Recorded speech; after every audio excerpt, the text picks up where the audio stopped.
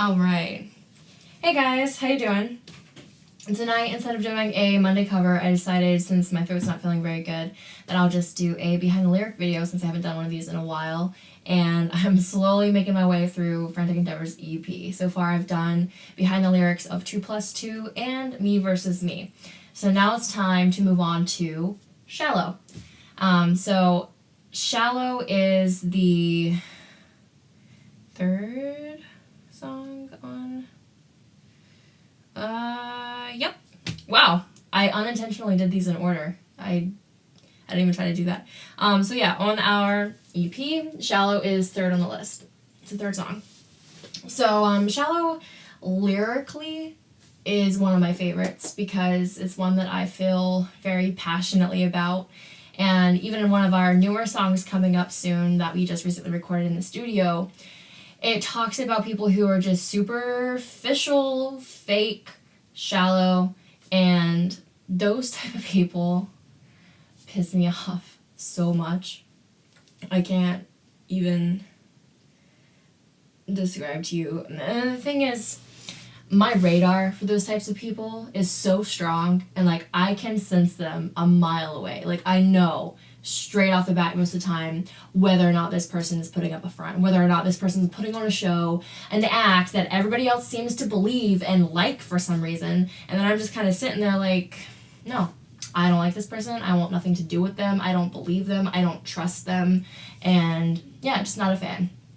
So that's what I'll be talking about today. And the inspiration behind these lyrics. So, interesting story about most of my lyrics, especially in the song Shallow.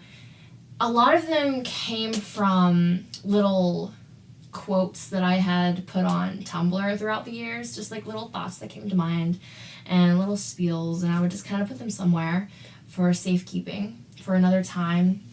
You know, just something that kind of stuck with me or stood out to me, I would just put it aside for remembering so I could look back on it one day and be like, oh yeah, so that's what I thought about that, and that's what I was thinking at this time and place in my life, and I would always give it a poetic twist. So that's what I use Tumblr for. Nobody knows I have one. It's just there for me. It's just there for my thoughts. It's kind of like a little quote diary. A lot of the lyrics from Shallow came from that. I just kind of pieced them all together, and they just happened to fit together into the same narrative. So what I'm gonna do, what I usually do is I bring up the lyrics on my phone, and I kind of break them down, and I go piece by piece, just kind of explaining the inspiration, what it means, if it's symbolic, if it's poetic, and I work my way through the entire song just to kind of explain it to everybody and the reason why I wrote it. Just take a sip of my tea because my throat is killing me. Okay. I went so long without getting sick, now it's finally catching up to me. So the song starts off by saying immediately, it's cool not to care. If you feel something, don't let them know it's there. They just want to feel good. Forget doing what you should. Through their eyes, you're either too much or not enough. Maybe they'll care, but not when you need them to. It's pretty self-explanatory, to be honest with you, but just to break it down in my own words, it's cool not to care. I mean, you'll run into people all the time who put up a front of not caring so that they don't get their feelings hurt, so that they, don't wear their heart on their sleeve, so in the long run, they're not damaged by other people, so that they are protected, so that they're shielding themselves from what others could do to them, whether it be abusive language or something is done to them. So people will put up that front that they just, they don't care. And that's the thing, like, it's trendy to not care because it's easier. It's so much easier not to care. Like, your life is lacking, but at the same time it's kind of easier because you don't have to deal with being caught up in your emotions and letting your emotions control you and influence you to be a people pleaser or to be hurt by something or affected by something that might emotionally impact you. And then if you feel something, don't let them know it's there. Like, if you feel passionately about something, if you feel hurt, if you feel sad, if you feel really, really excited about something that people just won't really care about, then just don't tell anybody. Just keep it to yourself. They're not going to care anyway. most people pretend to care, but that's what that lyric means. It means that if you feel something passionately one way or another, whether it be negative or positive, a lot of people either won't feel comfortable with it, they won't know how to handle it, they won't know how to receive it, and they won't know how to return it.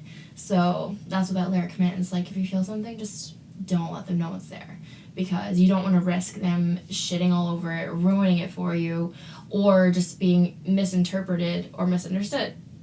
And then the next lyric is, they just want to feel good. And that sums it all up to, people literally just want to have a good time.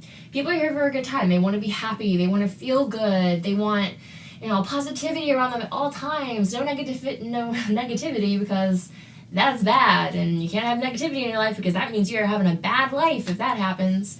So that's what that means. That's what people expect from you. That's what people give out most of the time, because most people don't know how to handle or process anything other than positivity, whether it be fake or not.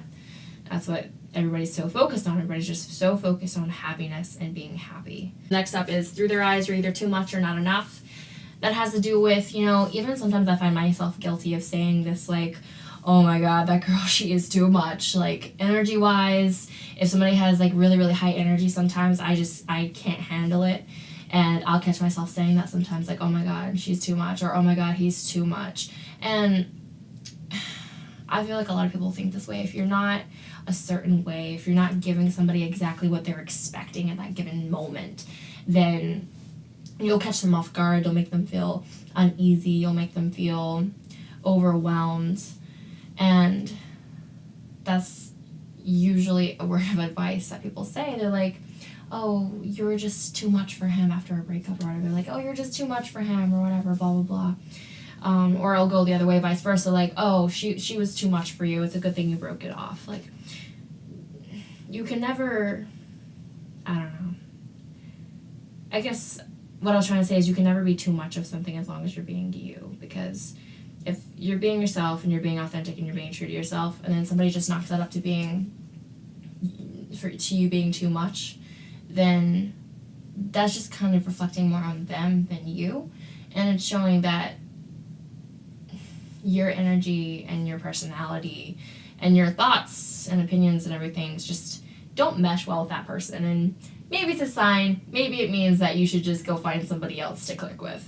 And maybe they'll care, but not when you need them to. This is a recurring theme in, I think, everybody's life, because you could be upset about something minor that doesn't really mean a whole lot, and you'll just kind of bitch about it to somebody else, and they'll be there for you, they'll be there for the drama, they'll be there for like, oh my god, yeah, that's what happened, and they'll care about those little things. But then you go through something traumatic, you go through something serious, you go through something that really impacts you, and then you notice that not as many people are there for you, not as many people will be willing to let you vent, not as many people will be there through that. And that's what that lyric means, that people will care, but only when they choose to, only when they feel like it, only when they really want to. And we as human beings, we pick and choose. You hear it all the time, choose your battles. That goes both ways. Like, maybe somebody choosing their own battle is not listening to what's going on in your life, and that's bound to happen. So, good and bad, you gotta look at both sides, but that's what that means. If you're going through something and you need to tell somebody, they're not guaranteed to care. And then it goes on to say, the world loves shallow people because they don't know how to swim. The world loves the fakes, that's who takes the win. The world loves shallow people because they don't want to drown in the deep. The world loves the fakes, that's who they like to keep. I use the symbols of, water being shallow and deep because it's a pretty common metaphor for things like this. And it just basically means the world loves shallow people.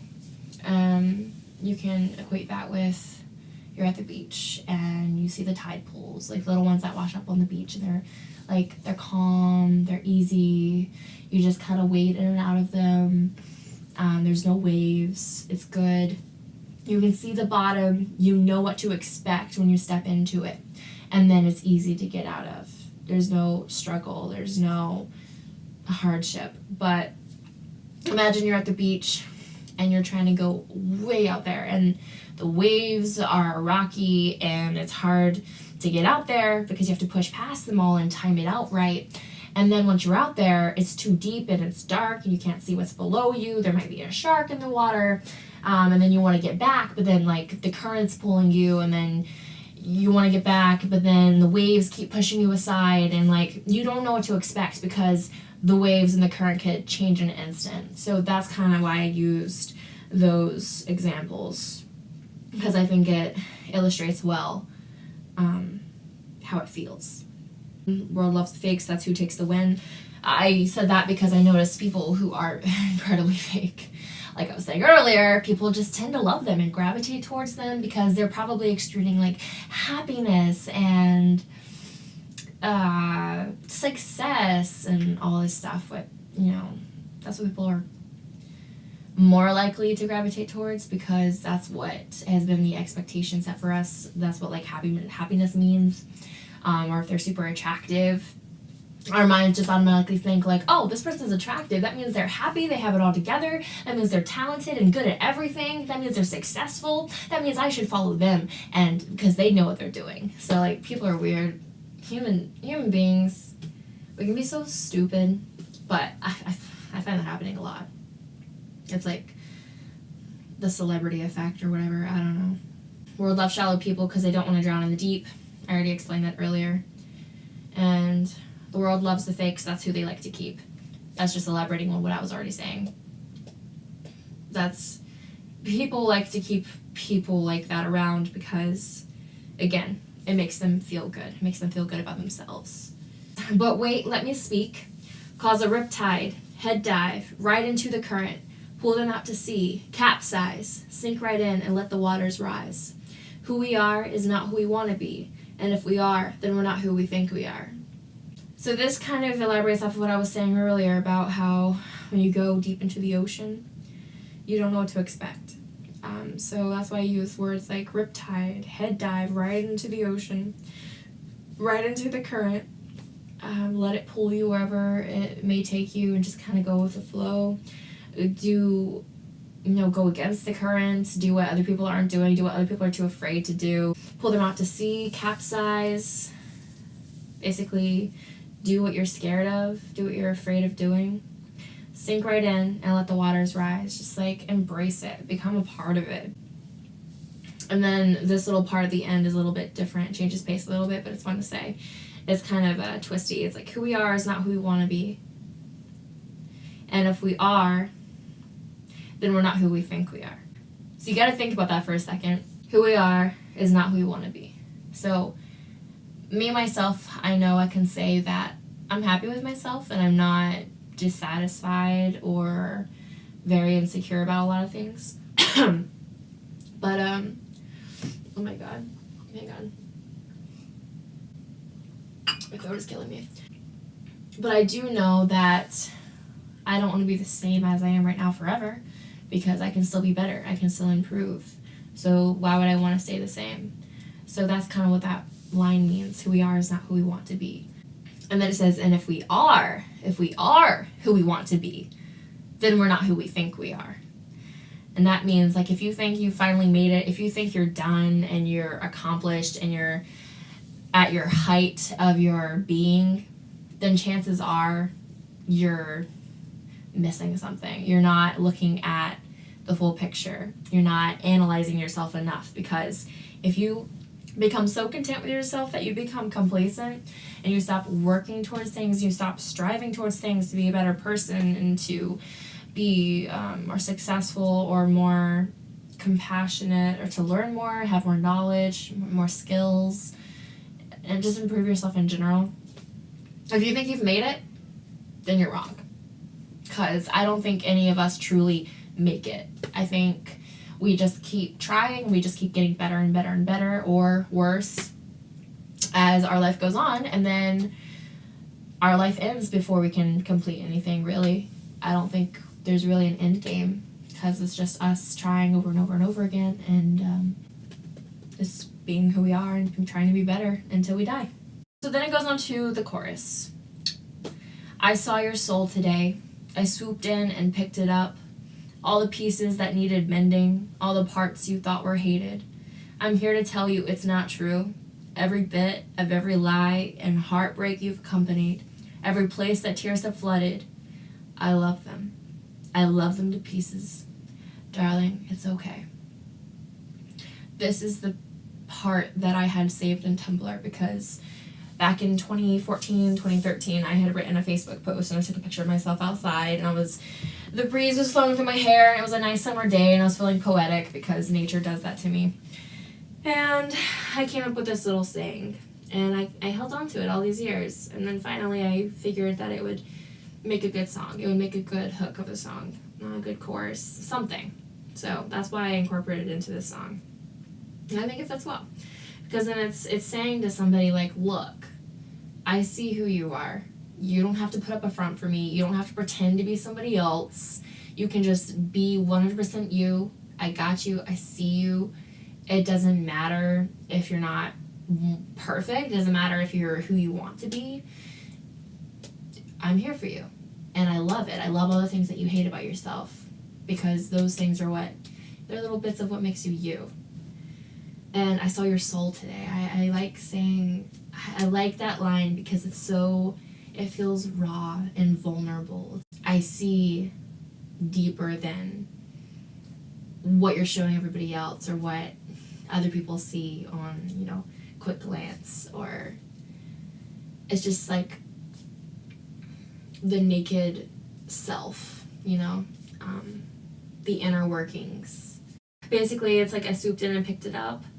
All the pieces you needed mending, like, people that are broken, people that are defeated, they don't feel confident, they feel insecure with their authentic selves, with their soul. They're just not at peace. All the parts you thought were hated, I'm here to tell you it's not true. And all the things that you hate about yourself. The hatred is most likely just coming from you. That doesn't mean that those are parts to be hated. That doesn't mean they deserve to be hated. And every place that tears have flooded.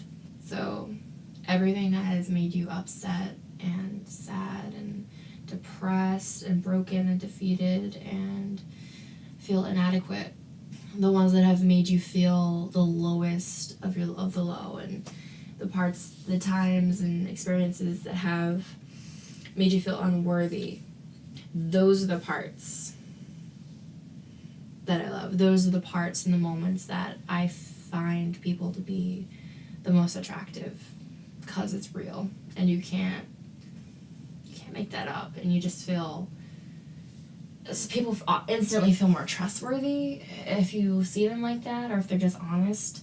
I feel like just as a generation too, we're just sick of the act. We're just tired of pretending to be okay. We're just tired of making it by and having this classic little life where we go to work, we get a house, we settle down, we do all the things we're supposed to do, and then we'll be happy because that's the American life and that's what we do. Yeah, I don't know. I feel like people more and more are seeing that there's so much more, and it really doesn't matter. All these little things, it doesn't matter. All the things that we put up a fuss about, in the grand scheme of things, there's no point, and they're really just distractions, and they're really just things to be busy about, because most of the time people aren't busy enough doing other things, such as making the world a better place, or making themselves a better person, or helping others be a better person. I don't know. I don't want to call out our generation and say like, oh, we're the only ones who are like seeing this and noticing, because I know that's happened in all of the generations previous to. There's always gonna be somebody who sees past it all. There's always gonna be somebody that sees that there's more than just all this superficial, busy distractions, like having a good house, having a nice car, having a good appearance, making sure everybody likes you, making sure you have friends, making sure you have a life, making sure you're interesting to other people, making sure you're doing stuff with your life. There's always gonna be some people that see a deeper meaning and will strive for that, and who will try to open the eyes of others to see that there's more that they're missing. So then it goes on to the next part. we can try to be real and remember how to feel. We can live off script, rewrite the end, try to convince them that they can still see underwater. All we have to do is close their mouth, take a breath. It's not a threat. Come on down, you won't drown. Trust me now, you won't drown. This is kind of a call to action part of the song, saying that we can do away with all this shallow fakeness, and you know, we can be real. Maybe not everybody, but we can start with us, and we can be real, and we can be honest and remember how to actually feel instead of bottling everything down or pretending to feel differently about something where in reality that thing might actually upset you, or maybe that thing actually excites you and you're just hiding it because you know the majority of other people don't feel the same way, and you know that if you express that you'll be rejected or your feelings will be rejected. Hi baby. Hi. I see you. You're on camera. See the camera? You see the camera? You see the camera? You see the camera. Sit. Sit down. This is Marcus, by the way, for those of you who don't know. My pride and joy. My baby. Alright. And then it goes back to, you know, the word love shallow people because they don't know how to swim. That part I already covered. And then it goes back to saying that, like, you know, I saw your soul today. I swooped in and picked it up. And it repeats that part. And it ends by saying, I loved him to pieces, darling. It's okay. I think I'm going to end it here. Again, I'll end by saying that, you know, Frantic Endeavor is my band. We're a progressive rock band from Massachusetts. And we play the New England area. We play Providence, Rhode Island. We play Boston, Cambridge area. If you live in the area, we have a Facebook page where we're always keeping people up to date on what we're playing. We have Twitter, we have Instagram. We're pretty active on our Instagram, so lots of pictures from shows and different things that we're up to on there. We also have a YouTube channel where I do the filming and editing of certain videos, a glimpse in our band life, band practices, what we're up to, just kind of us goofing around sometimes, us demoing things sometimes. So give that a look. Type in Frantic Endeavor into YouTube because we don't have enough subscribers yet to have a custom URL. So go subscribe so we can have a custom URL so we can give that to people instead of just saying go type in Frantic Endeavor. I'll put all the links down below though to make it easy for you because let's face it, we're all lazy. I'm lazy when it comes to stuff like this. I'm like, if I hear in a video that somebody's asking me to go and type in a link and go find it myself when they could have easily just dropped it down below and I could have just clicked on it. Yeah, I'm guilty of that. So I'll put all the links down below for you guys so you don't have to work for it. Of course, I make my videos every Monday, or at least I try my best to, even on days where I'm not feeling 100%. I'm literally in so much pain right now, and I work at a call center, so I think I'm going to have to call off tomorrow, because I don't know how I'm going to be talking to people all day long. I have no idea. What else? My dog distracted me. I was on a great train of thought, and then he broke it, but that's okay. I think that's it. If I think of anything else, I'll just put it in the description. Anyway, have a lovely Monday, you guys. Have a lovely rest of your night, and I will see you next week. Mwah.